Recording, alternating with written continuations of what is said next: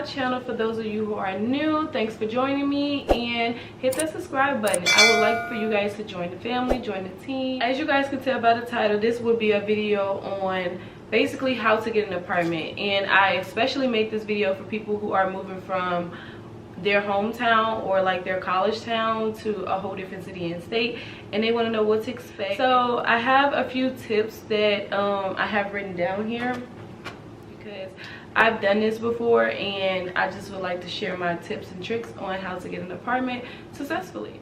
So step number one, you should always save. Like, saving, I cannot stress that enough. Like, you should just save in general. Like, if you know that this is your last semester in college and you know that you want to transition to another state, the first thing you need to do is save. Like, you cannot get an apartment without saving.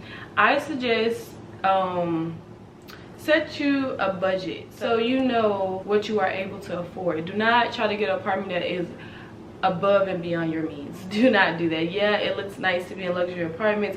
It looks really nice to just have a nice luxury apartment. It does. Everybody on Instagram is doing it, and you want to keep up. But if that's not in your budget, sis, no, cut that out. Just always set a budget that's within your means, something that you know that is tangible, and then start to save towards that budget, if you get what I'm saying. I always say save about 2 times the rent, or at least 3 times the rent, or what you're looking or likely to pay. That just so it gives you enough time to land a job, or a better paying job, if that makes sense. So yeah, my first tip is to always save. My second tip number 2, is to actually go visit the city that you're trying to move to. Do not just visit for once. Like, do not visit 1 time, do not visit 2 times, visit multiple times. And then if you know someone that is from that city and state, or that is living there, that you like personally know, try to reach out to them and ask, can you stay with them for like a few days or something like that. That's just so you can get the feel of the city, if that makes sense.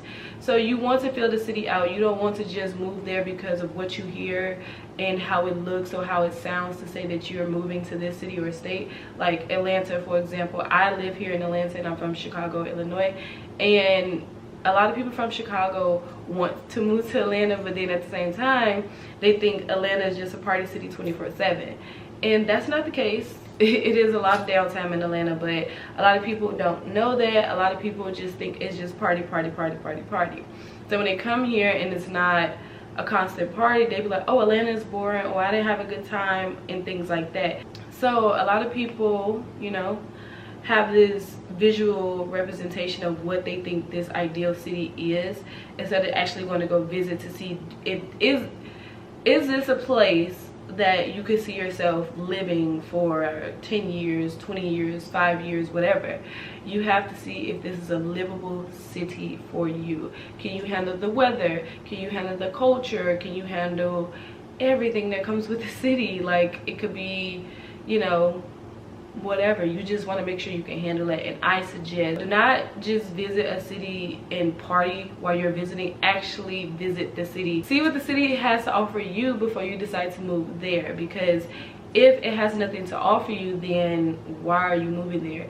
If this is a city that you can't see yourself shopping at a certain grocery store, or there's no local beauty supply stores, or whatever the case may have you, if you don't see those things, then that's not probably a livable place for you. So if you're living in the city where you're so codependent on public transportation, and the city that you're trying to move to is strictly about your car and having a car, your car is the main priority in order for you to get around, then you want to consider those things as well. So tip number 3, which it should be your first tip, it could be the first tip, matter of fact, it goes hand in hand with the first tip, but this tip is so crucial.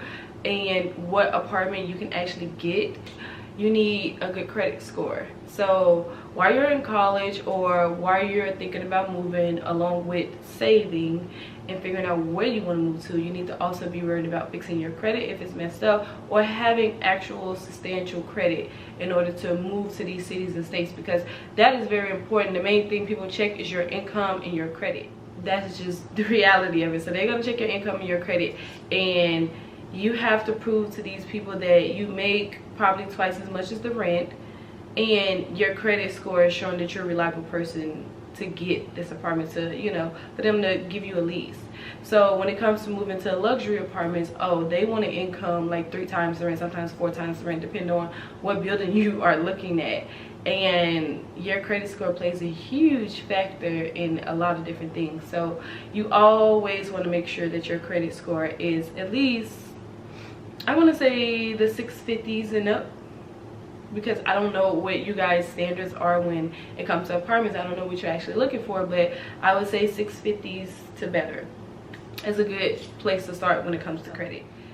Tip number 4, this may be my last tip, but tip number 4 is to basically think about how you're going to transition, like how are you going to move all of your things from this particular city to your new city. You got to consider flight, you got to consider driving, you got to consider U-Hauls, storage spaces, all kind of stuff. You got to consider throwing away things. So do not bring unnecessary things with you, because then you become a hoarder and your apartment could actually be tinier than what you actually expect. So I would suggest considering how you're going to transition, as far as like how you're going to get there. You have to get there, so how are you going to get there? Tip number 5 is research the place that you are looking into leasing.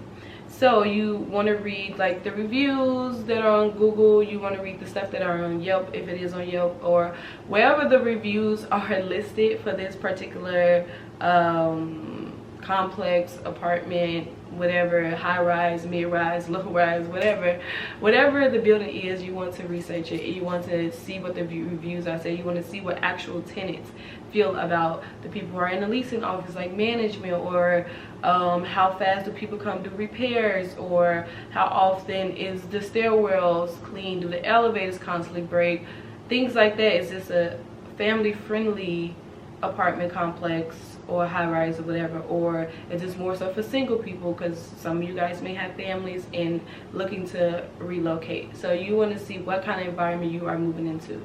So that brings me into the following, which is research the neighborhood, not just the actual complex, but look at the neighborhood. So all of that ties back into actually going to go visit the city that you are considering moving to. If you do not go visit, then I personally don't know how you're going to make this transition, and for it to be a smooth transition for you, or a positive transition, because you can move somewhere and then I research the place, then I research the neighborhood, then I research the city, and completely hate it. Somebody else can love it, but you could completely hate it, and now you feel like you didn't waste the money. Now you're stuck in this 12-month lease or 13-month lease, or however long the lease is.